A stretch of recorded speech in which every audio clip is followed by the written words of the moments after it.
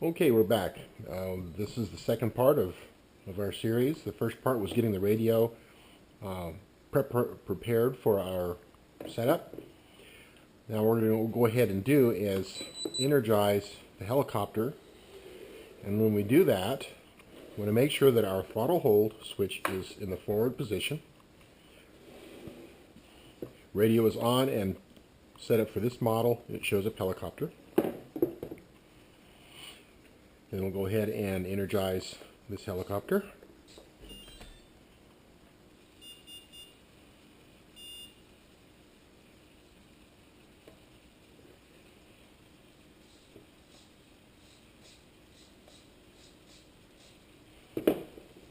Okay, we're going to go through and get this helicopter set up. The first thing you want to do after you have your swash plate level, which ours is right now, if you don't have it level, don't go any further until after you've gone through and made sure this swash plate is level and all of your servo horns are perpendicular to the main shaft. That is critical before you go any further. Get that done. So, with that already done on this helicopter, the very next thing you want to do is check for your collective. Which direction is it moving? And we're in the hold mode, so we're using that pitch curve we set up in the last session where we have 50% along points 2, 3, and 4. I've got the stick now in the center, so we are sitting in the center. And the way you can tell is that our mixing arms right here are level with each other.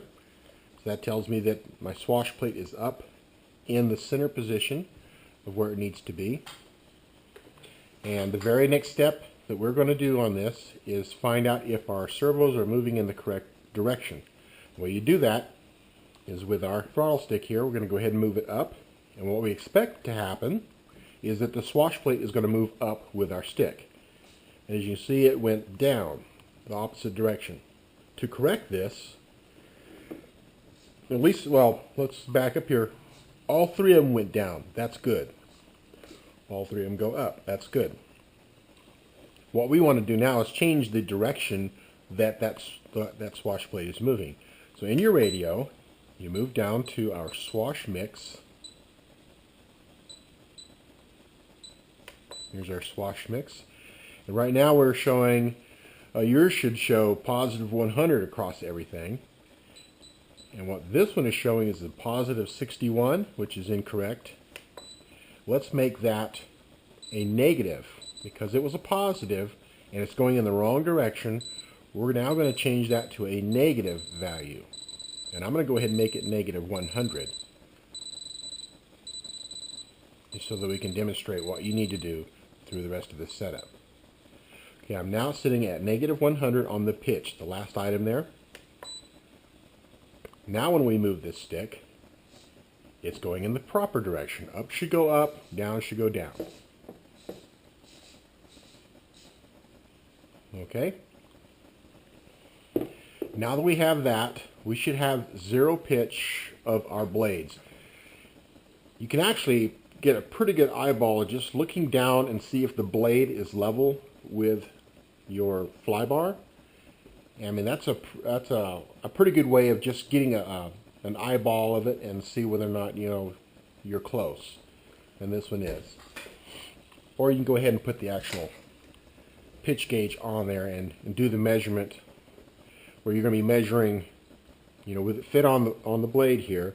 You want to actually measure it so that the fly bar and the top of your pitch gauge are level, and then whatever your angle is pointing at is the degrees that it's currently offset. Okay, so now we have that moving in the proper direction. Our collective is going up and down like it's supposed to.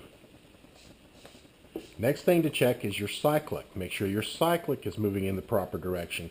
When I use the other stick, the right stick, then going to the right with the helicopter pointing away from you, you want to have the swash plate rock over to the right, just like that. To the left, it rocks that way. Going up, you want the swash plate to dip forward, just like that.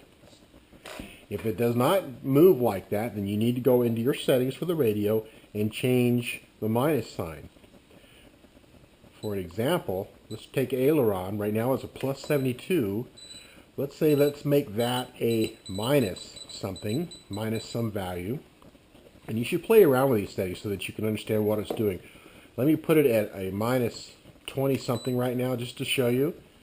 Now when I go to the right here, you see it's barely moving, but it's going in the wrong direction. Let's hold that over there. And let's go ahead and see how it's moving. You're actually moving your swash plate with your radio while it's going here. Of course, that's in the wrong direction. We want it to go the other way. So take your radio, and we're going to move it over now, back up to our... Supposedly, in your setup, you'd want to go to your plus 100. Later on, you'll back that down. I know this particular helicopter needs to be 72 to give me the proper amount. And it's the same kind of thing with elevation. If you go up and the elevation goes backwards, that means you need to change the sign for the elevation one here. So now we are moving in the right directions, and our collective is moving in the proper directions. So that is the main thing you want to get set up, is everything moving in the proper direction, and we're all level. You just change your signs on your swash plate to get to the point you want to go. Now we went ahead and made our pitch at minus 100 on this particular helicopter. Yours may be a plus 100 to get everything moving in the right direction. Next thing we want to do is bring our pitch down, our maximum pitch down to the level of the user of this helicopter. And in this case, I'm going to bring it down to a degrees of about 10 or 11. And so you take your pitch gauge and you go ahead and set it up where you want it to be. Let's say we want to have it at 11. And on my own helicopters, I set them up to be 12.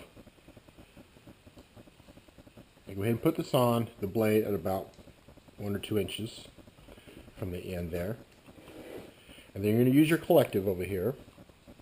And you're going to go all the way up. And you're going to see whether or not that lines up. Looking down through there, they should line up. Now right now, I've got way more pitch than what even my gauge can give me here.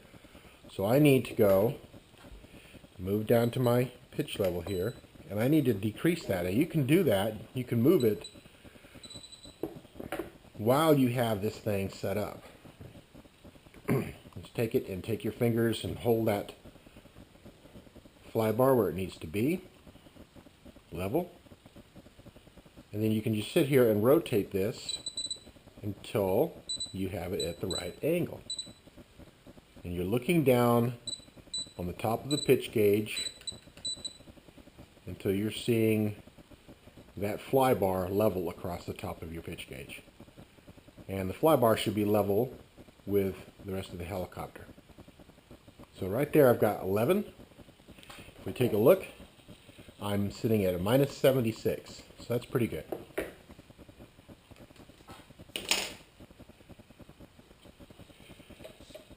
And you want to do the same thing going down. Now that was the positive pitch, but you also want to check it going down. Now I set up the positive one first, and we take a look at this negative one here, and it should be also a minus 11. And we can look down through here, and it's right at 12 degrees. So we're a little offset there, and because I'm just doing it here without having a nice locking down tool and everything, I'm going to live with that. 1 degree difference on there is not bad. Okay, so now we have the helicopter set up, we have our collective pitch set up. Then you want to do your cyclic pitch. Move your helicopter over this way, so you're looking down this way. Now what's going to happen when you hold your fly bar and you move your aileron, you're going to see the blades move.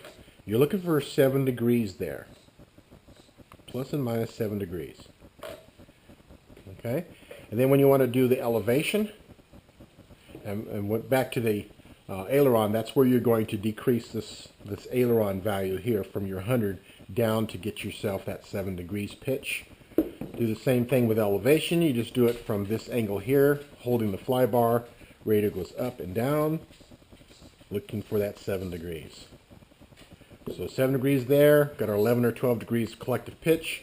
We are now set up where we can go out and fly this puppy, but that's if somebody wants to run with 100%, the maximum values. So let's say we're set up here, and now we can go back to our DR setups. Everything is at 100 in position 1. So that's running with the maximums. Now you can go ahead and change your DR values back to the 0 position and adjust these numbers so that you have a cyclic of about 5 degrees and your collective is about 9 degrees for beginners.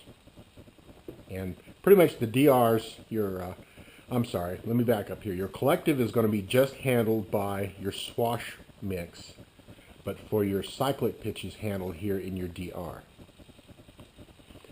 So you can change your expos.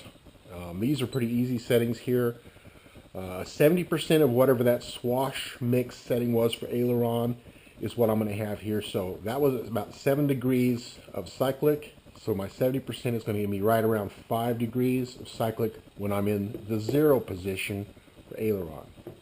Same kind of thing for elevation. Rudder on a helicopter, unless you're out there doing a lot of stunt flying, 0, I'm leaving it 100% inhibited for expos, and that's the same way it is for 1 position or 0 position. I don't mess with that. I let the gyro take care of that. When you get better, you can play around with those values. So that's the basic helicopter setup, and at least for what we need to do with the head. The tail is relatively simple. You just need to make sure that you're lined up properly whenever you got the servo mounted there. And with your gyro turned on, your gyro setting is with this button here. You should see your light come on. And whenever you move the tail, this is what's called a pinch test, you should see this tail moving in the proper direction. So the blades are going to want to move in such a way to always correct the helicopter. If it moves over this way, blades want to come and bring it back this way.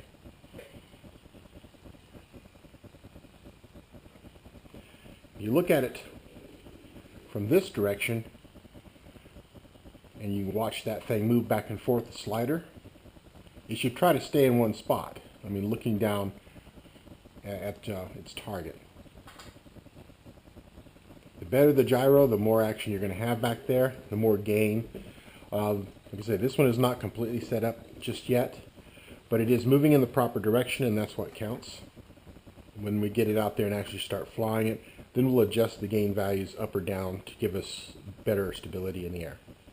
Alright, that's the end of section 2. We should now have a helicopter that can fly.